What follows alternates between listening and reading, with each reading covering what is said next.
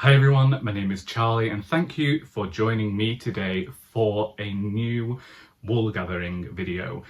This is just going to be one of those videos where I give a general catch-up as to what is going on in my life, my reading, my writing and anything else that comes to mind while we are here. It could be long, it could be short, I have absolutely no idea, but one thing is for certain, and that is that we are going into today's wool gathering video with really bad hair. I am in that stage where I'm debating having the hair cut, but the reason it's like this today is simply because I couldn't be bothered washing it before this video, which is a major change from when I first began recording videos for this channel, where I would make sure that my hair was washed, that the background was tidy. Now I don't even care about the background. But creating bookish videos generally in this area, although we haven't made many of that this year, and all you get is this blue background in my father's bedroom because I still haven't figured out how to change the way my room is so that I can record videos and have it looking all nice and interesting for you. Anyway, that's not how I planned to begin this video, but I didn't plan this video at all. It's going to be very ad hoc, very last minute, very much me recognising the lack of videos upon this channel this year, and I did try and record videos, you know, over the last nearly 13 weeks. I had a few weeks where I would begin vlogs and they never went anywhere, and then we had the whole thing with my father being ill, and then all this stuff happened at work, which has meant my days have changed. My days have been spasmodic throughout February and now, because the book came out in February, so I was doing a lot of events then, and March is the first time where it's felt like, okay, this is the new routine, but it takes a lot for me to get used to this routine and perhaps having more responsibility than I felt I had previously at the charity shop. So there's been some adjustment there, and one video I recorded of this ilk either last week or the week before, I was feeling incredibly downtrodden with everything that was going on, and it helped to record that video, but I also needed to not put that online because that wasn't really something that I wanted to perpetuate. Was this idea of like being sad because I was aware at the time that it was just a momentary feeling and that it was going to disappear. Yeah, so that was just one of the reasons why videos haven't been appearing, me trying to figure out how to record now that my weeks have changed and getting used to that. And I think that I have been glad to have Fridays off. It's just the last 2 Fridays I was at the hospital with my dad one week, and then I was at the doctor's with him last week, and this is the first week, touch wood, where I haven't been doing something medical with him on a Friday. That sounds possibly lewd. This has been the first week I haven't had to accompany my dad to something to do with his assorted illnesses. Does that sound somewhat better than doing something medical with your father? I'm not sure. Anyway, let's go into writing, because one of the things that I've wanted for years really is for Fridays to be free. I've as much as like I've enjoyed my schedule at work, I've enjoyed Monday, Friday, Saturday. I've liked having those 3 days in the middle, and it's been a big adjustment not to have 3 days in a row, because I did a lot of creative stuff on a Wednesday. That was when I would record videos, that was when I would read a lot in the afternoon, and I've had to figure out how to do that with Fridays. It took a bit at first as well, because I constantly felt like I was not betraying the charity, but I ought to have been at work. And I was like, well, what happens on a Friday? What do you do? And really, it became the new Wednesday.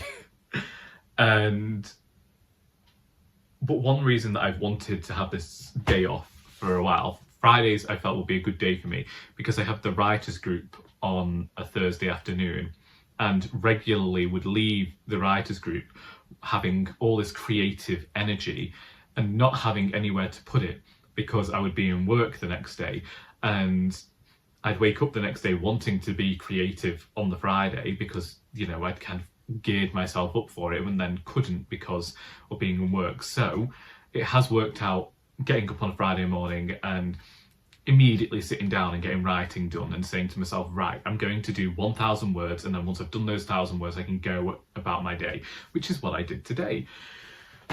And I wrote my 1,000 words of the charity shop book because it's been in this strange sort of place recently, the charity shop book, where I have been writing again at night. And if anybody can remember how I wrote a lot of Indisputably Doris, because of the way overtime worked then, I was oftentimes not getting the opportunity to write until about 11 o'clock at night, and I'm back to that again. The only thing is I'm now writing and generally falling asleep and waking up hours later on top of my notepad wondering where my pen is.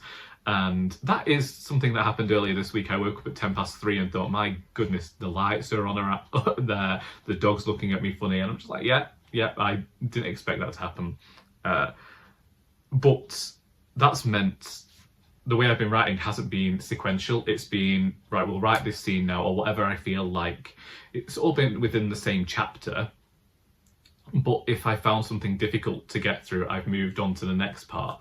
And so this last week has been spent with me typing everything up onto the computer and then almost jigsawing the pieces together to make sure that they fit. And that's not necessarily a type of writing that I like to do.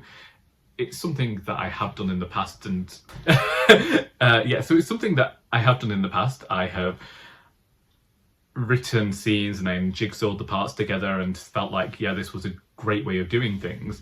But in my mind, it doesn't work because I lose the flow of the story. And I've had this horrible feeling like it's getting really repetitive. Like, shouldn't we be out of this scene by now? Like, I feel like there's been this, I've been getting a lot of writing advice and listening to what a lot of other writers are saying about writing, basically.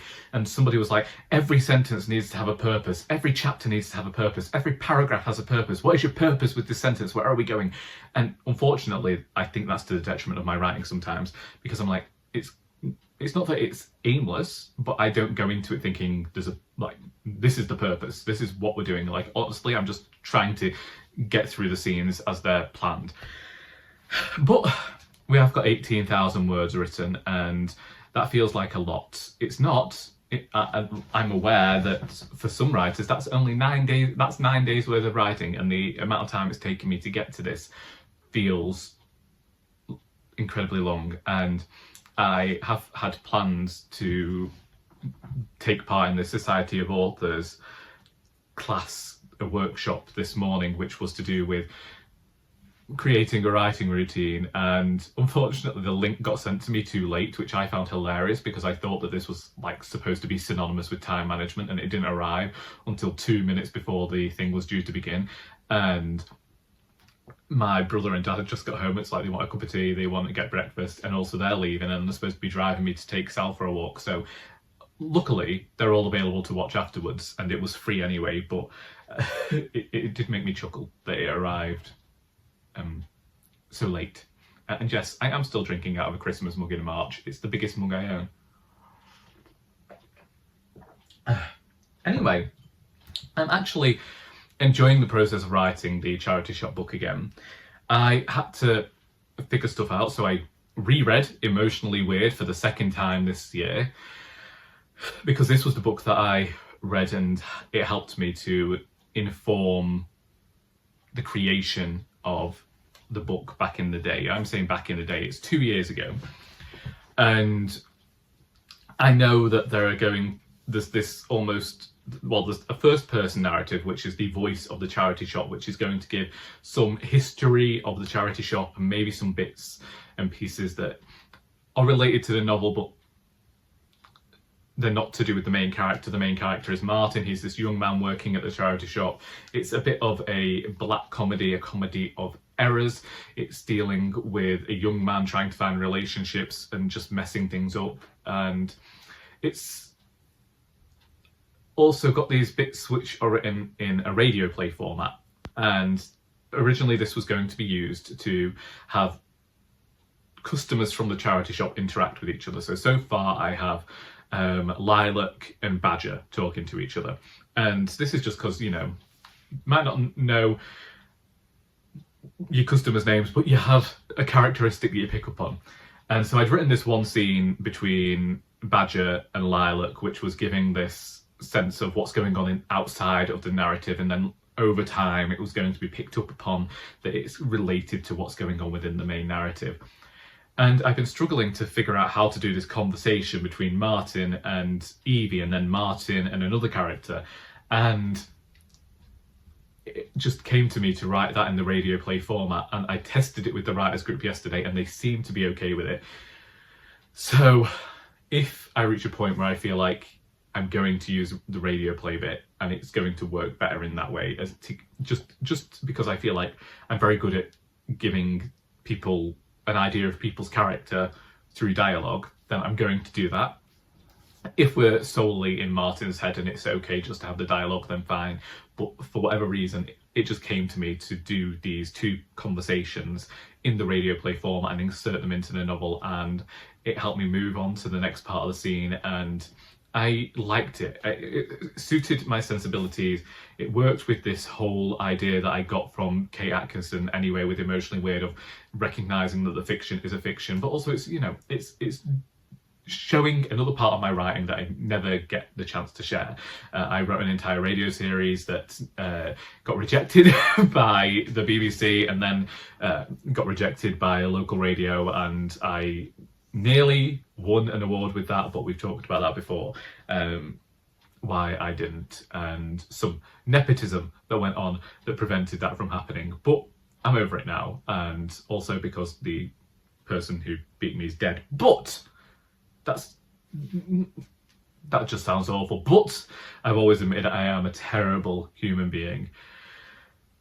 So there we go. Charity Shop book is being written, and you know, if I could create some sort of schedule for myself, some sort of routine, then I would. I have been writing again before work as well. I've been getting dropped off about an hour earlier, so I get an hour's writing in the morning. Because generally when I get home, then it's like making tea for people and YouTube, practicing Italian, and then reading. So evenings I don't generally get to write, so it's been happening in the morning and then on my days off work.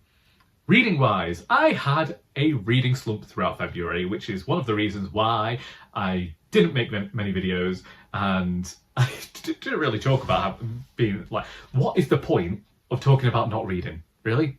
You know, we all go through it, and I recognised quite soon that I was in a reading slump, but I didn't want to admit it. And people kept saying to me, Charlie, you're in a reading slump. I'm like, no, I'm not. Actually, I feel like if I'd read books that I wanted to read and focused on reading the books I wanted to read, then I would have read more, rather than trying to finish books that I wasn't enjoying, which is a case that I thought I'd kind of got out of that habit. I always say life is too short for bad books and books that you're not enjoying. No, there are people who the final book that they read in their life was a book that they despised, and I never want that to be the case for me. I want every book that I am reading to be a book that I am enjoying. So why didn't I stop reading the books that I didn't like? Because I had hopes and I was going to share them with people, and that didn't happen. It was also because I was bringing out a book as well, and I had events, and I'm one of those people who, like, when I've got an event, I'm like so focused on getting that done, and I was so focused on trying to publicise mistakes, me, murder, and all this sort of thing. And it did help, because my latest book has been the most successful book that I've had in 10 years. I've sold multiple copies, and it's, you know, I think we're nearly 100 copies sold now, which to some people isn't a lot, but to me that is a lot, and I'm grateful for it. And I've had libraries ordering my books. I finally have another wholesale account, so things are looking up in terms of Mistakes Me Murder, and the reading got neglected. And one of the best reviews I've been getting of the book recently is that people are enjoying it and wondering when the next one's going to be and telling me to get it written.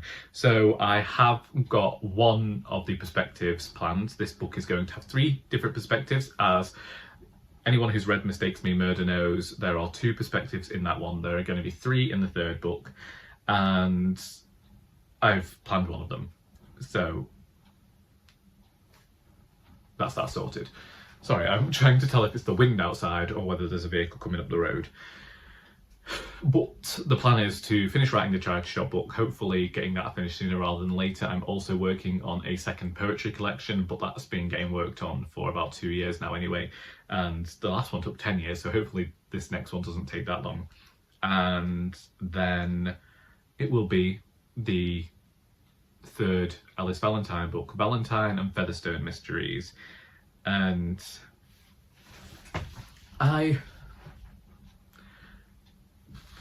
well, we've got a live show coming up soon. It's currently the Mistakes Me Murder read-along, hosted by myself and Charlie Brooke Reed, and hopefully a few people have read my book, and we'll be there for the live show either at the end of this month or the start of April, in which Charlie and I will be chatting everything to do with the book and accepting questions from you, anything that you might have, whether it's about the book, the series in general, my favourite books, the writing of the novel, anything that you want to ask, you can ask, and hopefully we'll get it to it on the night. Something in terms of reading, let's cross over from the writing to the reading, because I have been reading more.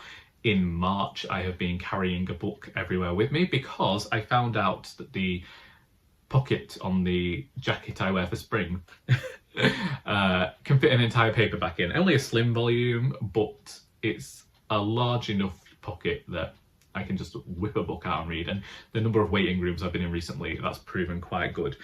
And so one of the books was the first Lord Peter Wimsey mystery, which is Whose Body? And this was gifted to me by a customer.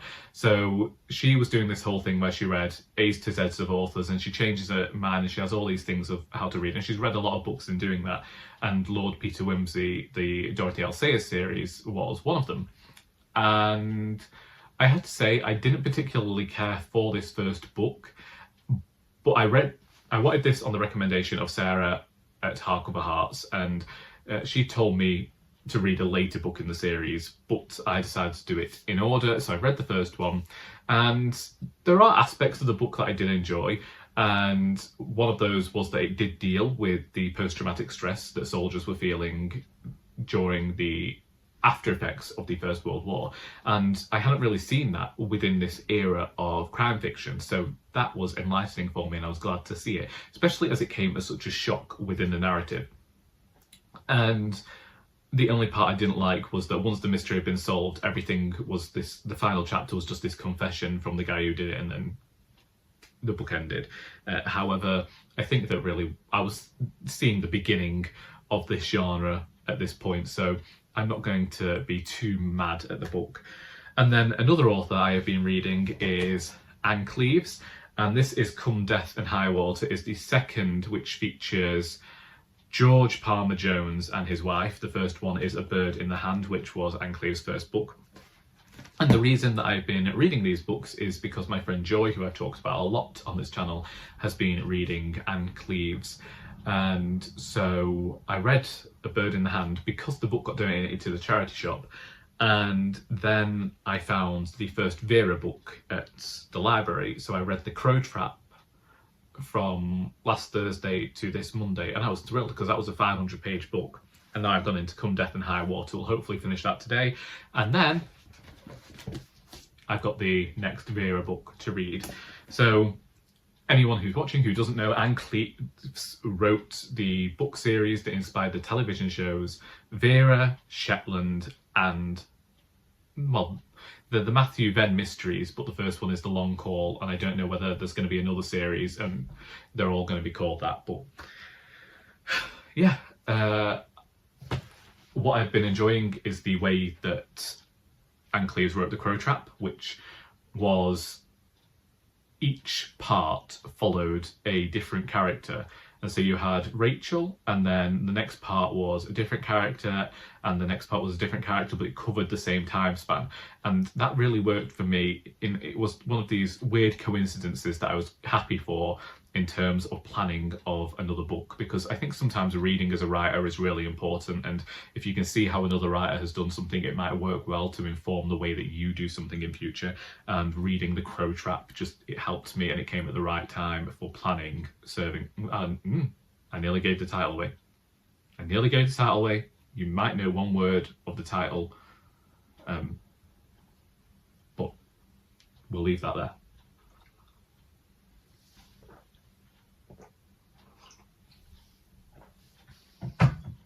Is there anything else that I needed to talk about life-wise? Not really. There is not much going on in my life, but then there is never really very much going on in my life. I still haven't found a car. I saw one, I inquired with the garage about it, but they wouldn't let me put a reservation on it, and I couldn't go and see the car, and then by the time I got there it was gone. And then there is another car available, but it would be great for me, but unfortunately it's at the top end of my budget, and I really need to assess whether I can afford to spend that much money given other things that we've got going on this year.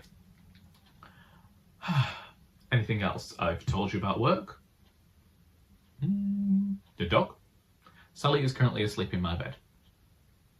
We were worried about her recently because she seemed to get incredibly itchy, but she always seems to get itchy around the start of spring, and I wonder whether she's just got a bit of an allergy to some sort of pollen.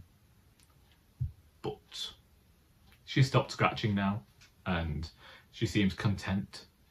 So that's that really. Those are all of my updates, I think. So yeah, I think we'll end things there. Thank you for staying here for so long. If you are here now, then thank you for watching me just ramble for the last 23 minutes, basically. If there's anything that I've mentioned in this video that you'd like to talk about, then please feel free to do so in the comments. What are you reading? What are you writing? What are you watching? What are you listening to? I look forward to any and all recommendations in the comments as well. Yeah, that's me. Will I be recording again soon? I'm not making any promises, but I hope you got something out of this video, because until next time, that is all.